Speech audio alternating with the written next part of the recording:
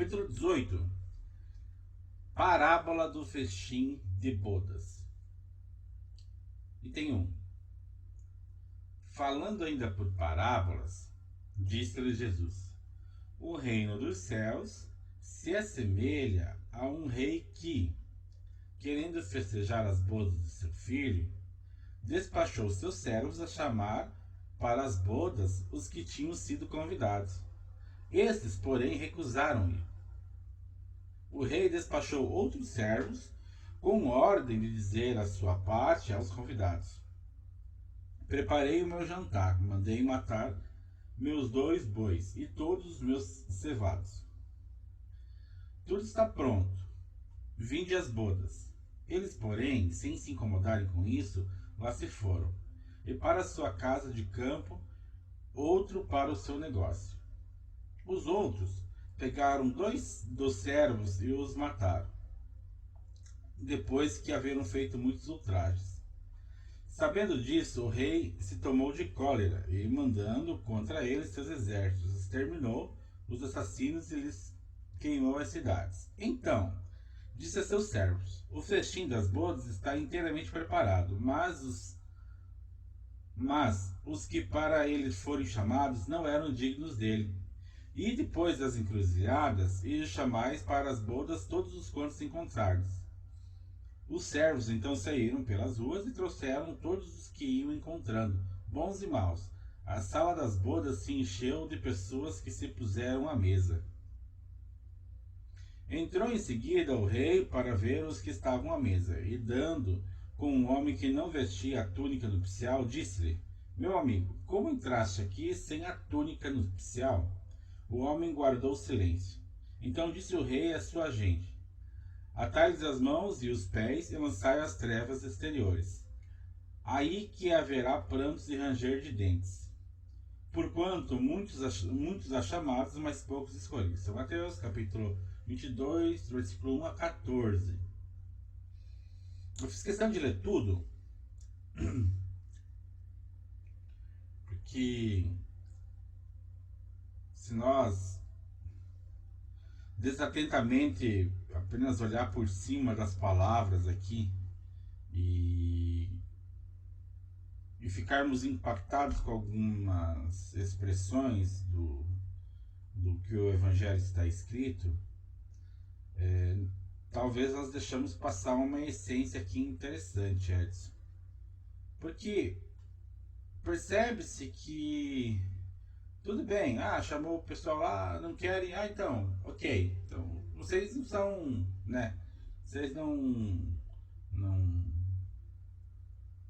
vou dizer que não são dignos, mas, né, se não te serve, ok. Tchau. Chamou os outros, vieram, tinha toda a gente ali e tal, tudo que é tipo, né? Mas aí quando ele fala aqui que não estava vestido com a túnica nupcial, ele, no Evangelho, ele dá uma exemplificação, mas na vida cotidiana nossa, Edson. Como seria essa parte do Evangelho na nossa vida do dia a dia? O que ele quis se referir na intimidade das palavras, na sensibilidade das palavras? Fique à vontade, amigo. É interessante, né? O Evangelho ele nos dá uma vastidão de interpretar a ele, Evangelho.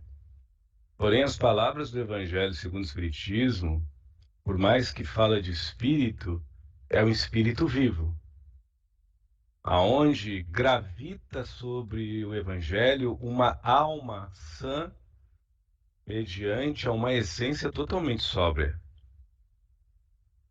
Então, tentar interpretar o Evangelho, qualquer um pode fazer, isso não é presunção. Ser absoluto na sua interpretação é que se torna assim uma coisa extremamente presunçosa.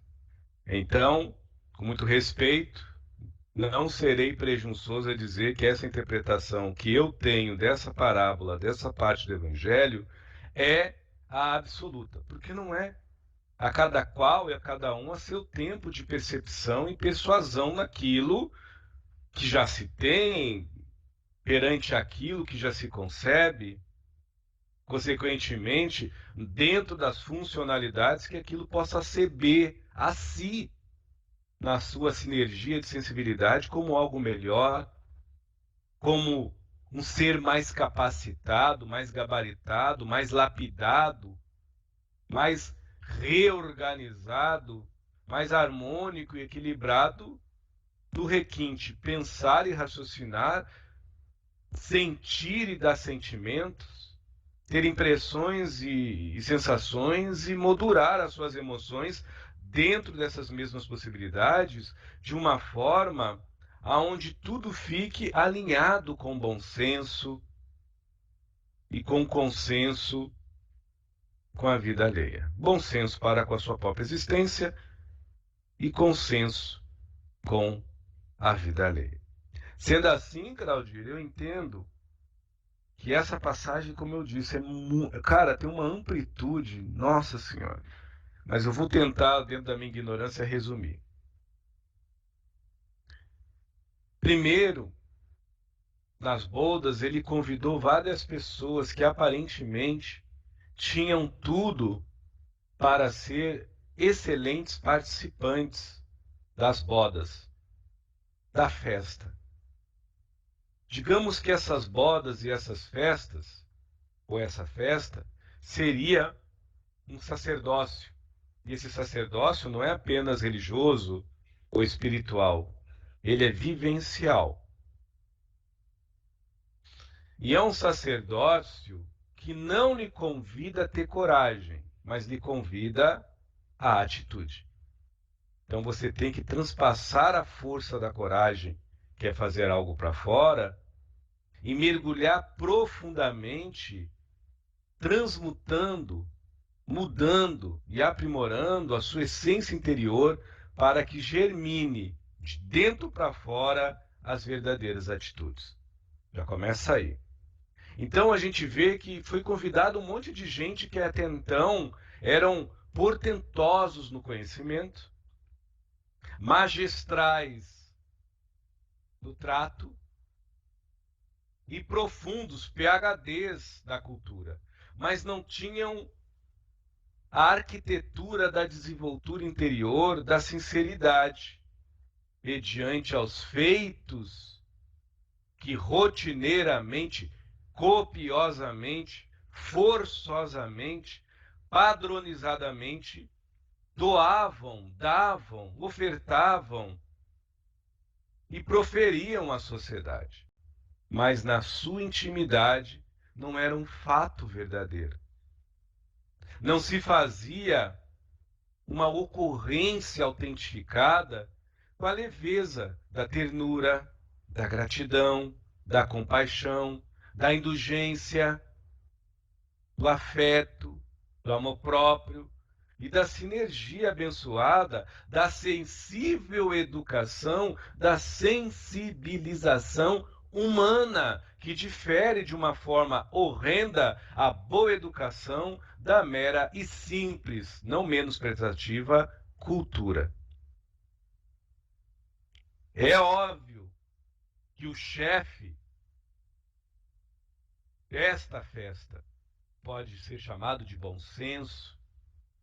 É óbvio que o padrinho dessa festa, que quem está proporcionando essa festa, que a gente pode chamar de lógica,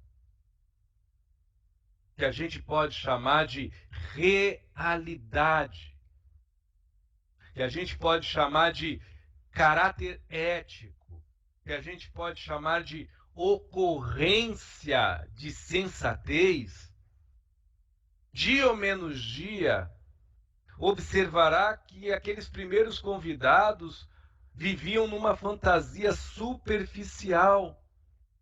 Enquanto a festa ia além do convite moral de como as pessoas se apresentavam, aquelas pessoas superficialmente apenas alimentavam o contingente que as mesmas se afiançavam dentro de um costume quase que mandado, mediante um tratado de obrigatoriedade de se fazer de tal forma, de tal maneira, de tal jeito, Não porque era natural nas suas essências, mas porque era algo mandado por forças sobrenaturais, ou quando não, por carências sociais, de manutenção de certos padrões, ou de obrigatoriedade de certas verdades e realidades para manter um valor na sociedade que se diga moralmente aceitável. Não fica difícil a quem tem ouvidos não só para ouvir, mas para se autoescutar, que esses primeiros convidados não eram, não foram e não são ajuizados pelo bom senso. Eles são fortificados pelas carências e as ansiedades, quase sempre de aceitação, de algo ou de alguém, ou, porventura, de qualquer coisa, mas não é do bom senso. Aí o chefe de núpcia, dono da banca, o dono da festa, se aborrece e manda exterminar. Em palavras metafóricas, obviamente o exterminar não seria matar em si, nem trucidar esses primeiros convidados, mas descaracteriza toda aquela fantasia de feitos, toda aquela ironia que não tinha nenhum fato verdadeiro, mas muito enfeite superficial, perdão, quando mesmo o dono da festa desconvida eles. O que seria isso, Edson? Porque no Evangelho está dizendo que eles foram mortos, exterminados de alguma forma, só que em outras palavras. Na verdade, quando a mesma verdade traz a realidade do que a pessoa é, e as máscaras caem, sobra-lhe a vergonha do ridículo,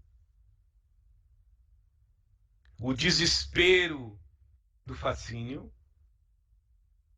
e a solidão do não predomínio daquilo que diz fazer, que diz proferir, que diz doar e que diz ser mestre perante aquilo que por si só, em estado de vazio existencial, não lhe pertence. Tipo, eu posso ser o maior palestrante de doutrina A, B, C ou D, de teologia C, Z, Y. Falar bem não quer dizer que eu sou um ser humano que me faça melhor. Eu posso ser o maior bruxo, pai de santo, sacerdote religioso, da energia 1, 2, 3 a 1 milhão. Isso não quer dizer que eu manipule forças da mãe natureza. Frua na cultura com destreza. Tenha todos os maninetes, as engrenagens de fazer alquimia, seja na astrologia, na numerologia, na cabalá, porque eu absorvo livros de Grimório, ou eu sou um médio vidente, ou eu sou um ser potente, que eu dentro de mim tenha a verdadeira fluidez do ama próprio.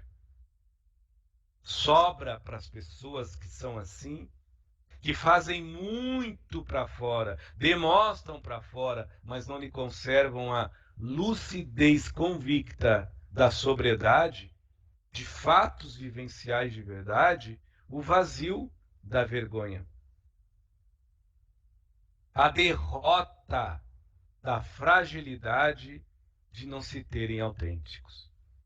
É óbvio que esse tipo de gente vão viver um outro tipo de morte, um outro tipo de extermínio, um outro tipo de distanciamento. Porém, o chefe de núpcias, o dono da banca, o dono da festa, chama os seus soldados ou seus exércitos e dizem: vão nas ruas, nas esquinas, nos becos, nos prostíbulos, embaixo das pontes, em boca de fumo. Vão em lugares aonde esses mesmos diziam que curavam, esses primeiros. Vão no lugar onde tem pessoa que esses mesmos que dizem ser a elite da sociedade falavam que tinham seres que precisam de caridade. Falavam que tinham sujeitos que necessitavam da verdade e da realidade espiritual para se sentirem em tom moral uma maior desenvoltura, para que eles saiam dessa gravura de fervura íntima, aonde muitas das vezes o instinto impera acima da razão. A animalidade em praticidade e elasticidade, muitas das vezes torna-os esses que digo, seres altamente reativos e exclusivos na sua forma entre a aparência animal de ser. Então, vão e busquem estes, que agora eu acabei de dizer, que são classificados de uma forma muitas vezes melindrosa, disfarçosa, por estes primeiros que foram convidados e não se fizeram dar-se valor, e assim foram expulsos dos seus próprios paraísos de consciência e foram exterminados por falta de ocorrência de amor próprio por si só.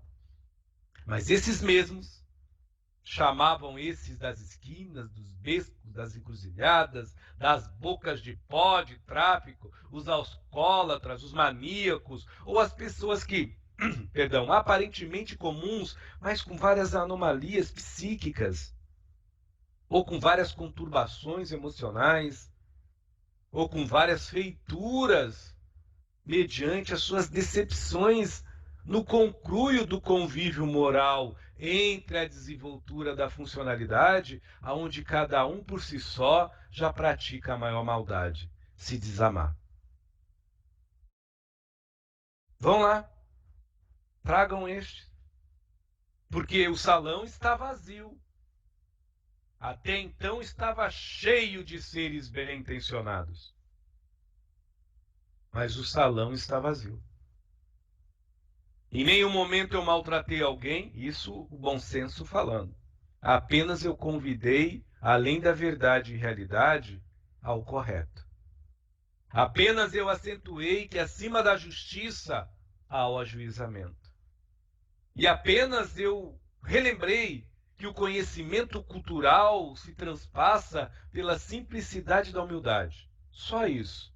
E o salão foi esvaziando porque um a um foi retirando as suas vestes de núpcias, retirando de si o peso de saber, a tonelada de compreender, os quinqualhões de quilos em cima de si, de deter o conhecimento ou de possuir o esclarecimento que aqueles ignorantes que eu acabei de convidar não têm.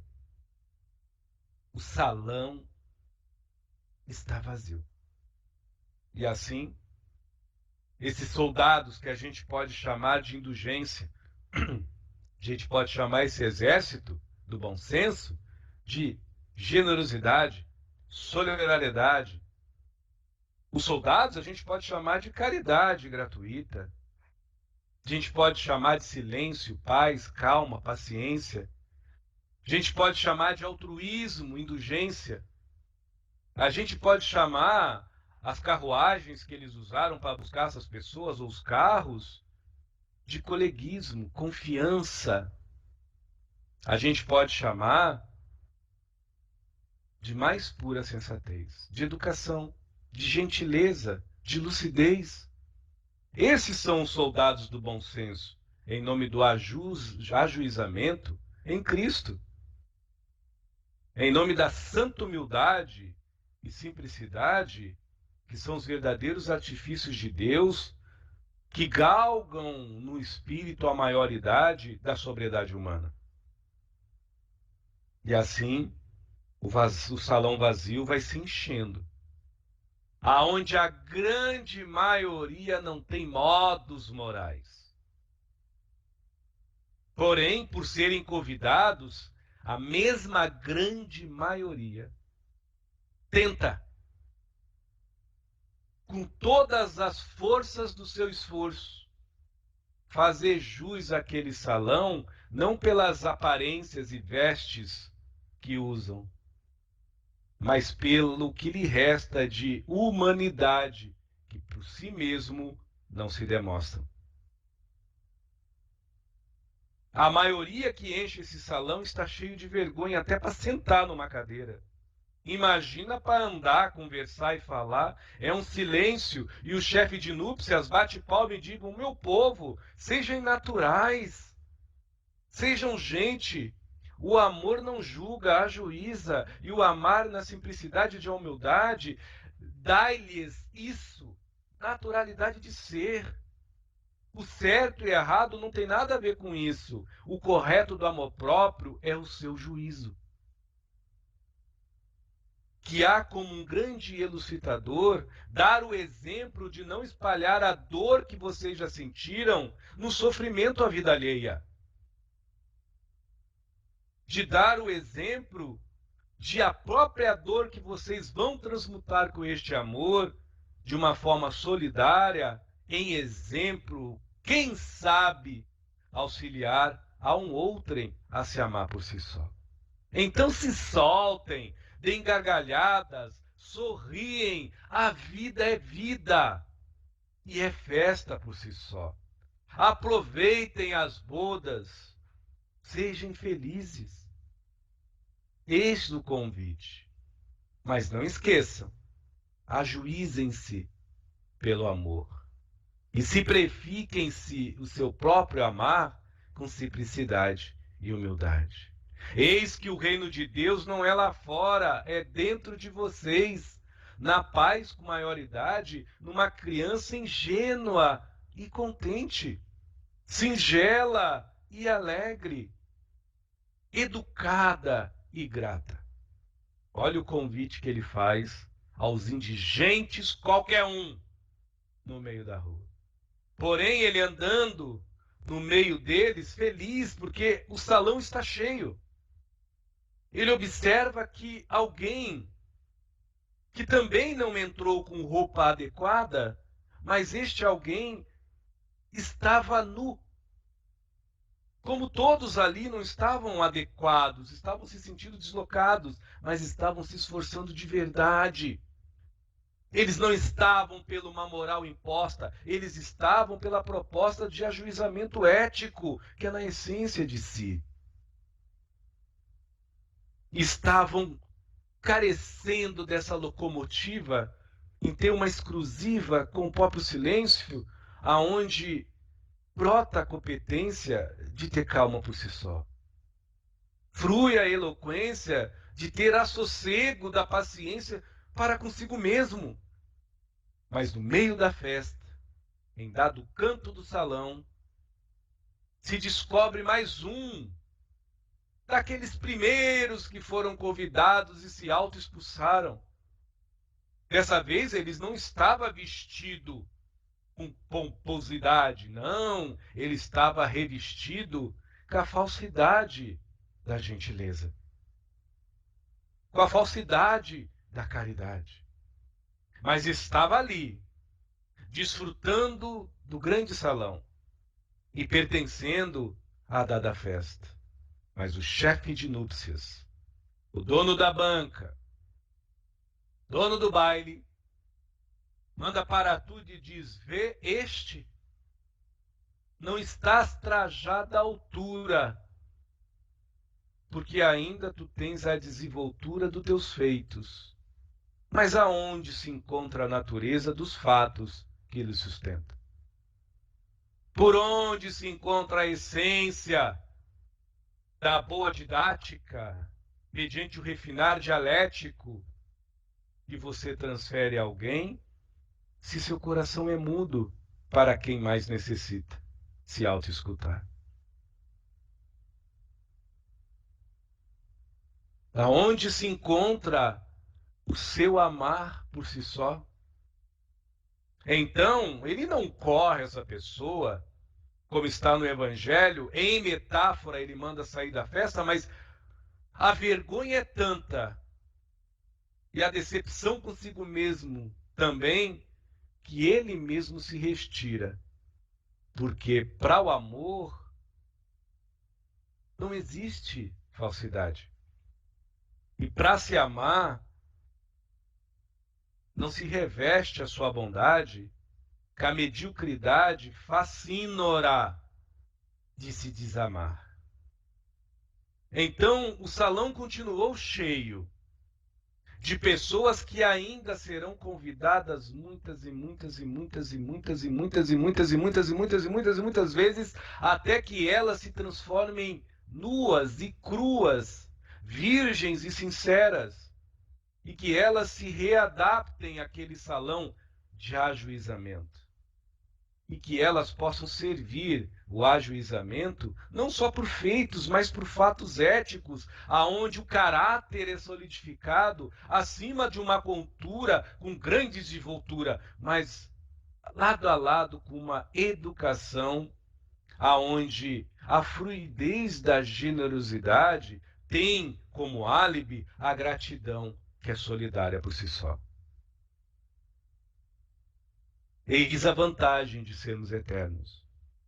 A vida é um eterno convite, mas nem todos vão à festa levando o verdadeiro traje que a vida assim necessita: autenticidade, originalidade e pureza de ser.